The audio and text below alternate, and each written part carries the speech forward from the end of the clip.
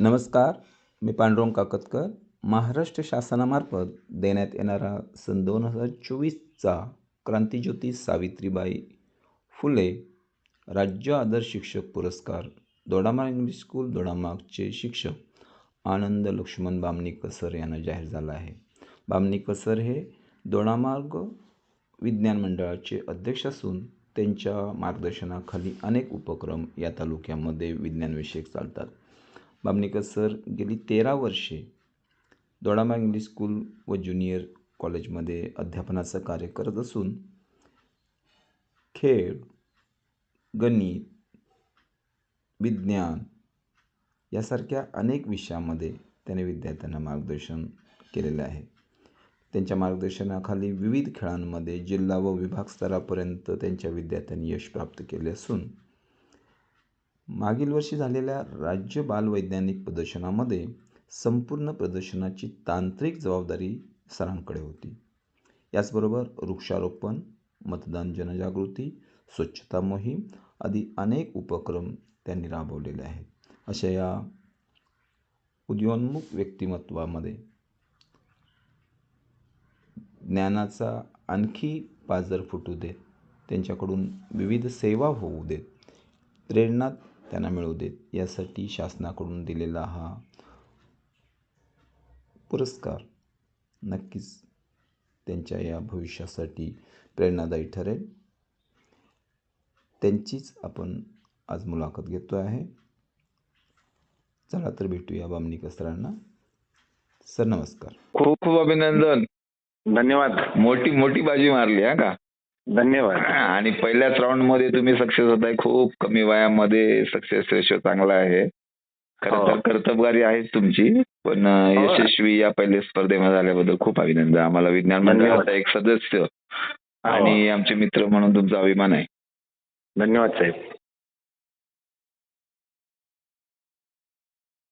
विज्ञान मंडळामधला तुमचा सहभाग आणि त्याचा काय उपयोगिता काय बोलाल? तर ही ओळख आहे ती विज्ञान मंडळामुळे झाली. विज्ञान मंडळाचा तालुका अध्यक्ष म्हणून केलेली कामं असतील. त्यानंतर खरी जी पोच मिळाली ती राज्यस्तरीय जी 2 आपण प्रदर्शनं केली. एक बालवैज्ञानिक शिबिर आणि दुसरं विज्ञान प्रदर्शन.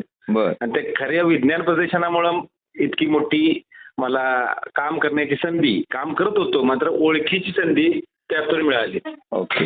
म्हणजे काय संदेश द्याल तुम्ही? आता तरुण विज्ञान शिक्षक येत आहेत, ग्रुपमध्ये आहेत आमच्या जिल्ह्याभरातल्या, तर त्यांना अशा मंडळातून काम केल्यानंतर नक्कीच फायदा होतोय असं वाटतंय, किंवा आपल्या आपण जे उपक्रम राबवतो त्याला कुठेतरी प्लॅटफॉर्म मिळतो असं वाटतंय तुम्हाला, की काय काय आपण जे उपक्रम करतोय ते खरंच चांगले आहेत आणि त्यातूनच जी ओळख होण्यासाठी तुम्हाला लोकांच्या समोर यावं लागतं हे मला लक्षात आलं गेल्या वर्षीपासून. तुमचं काम दिसत असलं तरी पण ते आपण झाकलेलं काम असेल तर ते कुठेही दिसत नाही. त्याला कुठंतरी समोर येणं गरजेचं असतं आणि ते समोर आल्यामुळेच हे कदाचित मला मिळालं असं वाटतंय. नक्कीच सर. तुमच्या प्राचार्य असतील, माननीय शिक्षण अधिकारी साहेब असतील, आमचे गट शिक्षण अधिकारी साहेब असतील, या सगळ्यांच्या प्रेरणेमुळे हे शक्य झालेलं आहे. ओके. तर खरं तर यापूर्वीच्या कामाचा आढावा घेतला, तुमच्या क्रियाशीलतेला विश्वासार्हता दाखवून शासनाने तुम्हाला आता पुरस्कार हा दिलाय. हा नक्कीच इतर विज्ञान शिक्षकांना आणि सर्व शिक्षकांना खूप प्रेरणादायी असेल. पण याच्यानंतर कामाची जबाबदारी तुमची जास्त वाढलेली दिसते. भविष्यामध्ये काय तुम्हाला करावं असं वाटेल? अजून मला करावं असं वाटतं म्हणजे सर, आपण आमची मुलं जिल्हा पातळी, विभाग पातळी जातात, तीच मुलं आमची राष्ट्रीय पातळीपर्यंत मुलांनी जावं. आपली ओळख ही मुलांच्यामुळे आहे.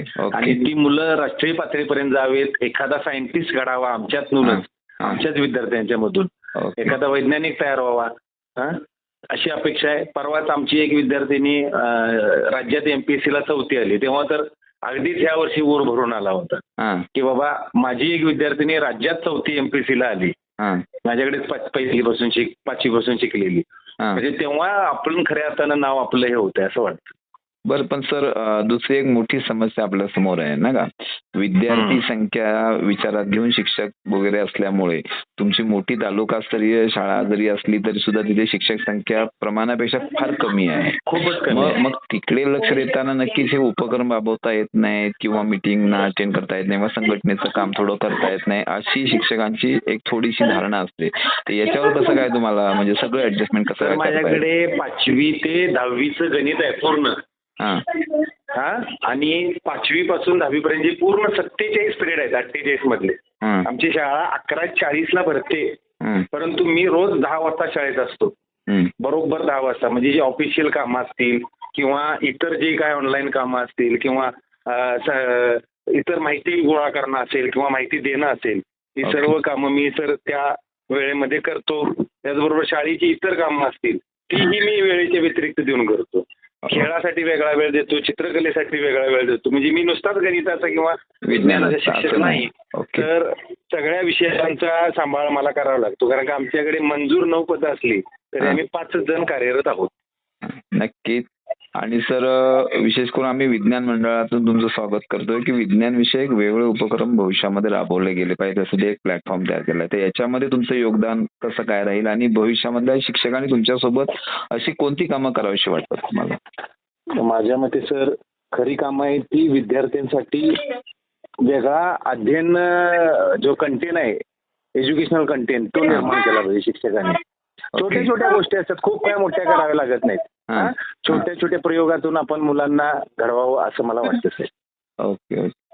ठीक आहे सर, खूप खूप शुभेच्छा. पुन्हा एकदा प्रत्यक्ष भेटीमध्ये तुमचं आपण अभिनंदन करूच, पण तत्पूर्वी हा तात्काळ निर्णय आल्याबरोबर आम्हाला विज्ञान मंडळाचा एक सदस्य, तालुका विज्ञान मंडळाचा एक अध्यक्ष आणि क्रियाशील व्यक्तिमत्व विज्ञानातलं म्हणून तुमचा अभिमान आहे. शुभेच्छा तुम्हाला, तुमच्या कुटुंबियाला. धन्यवाद सर. ओके, ठीक.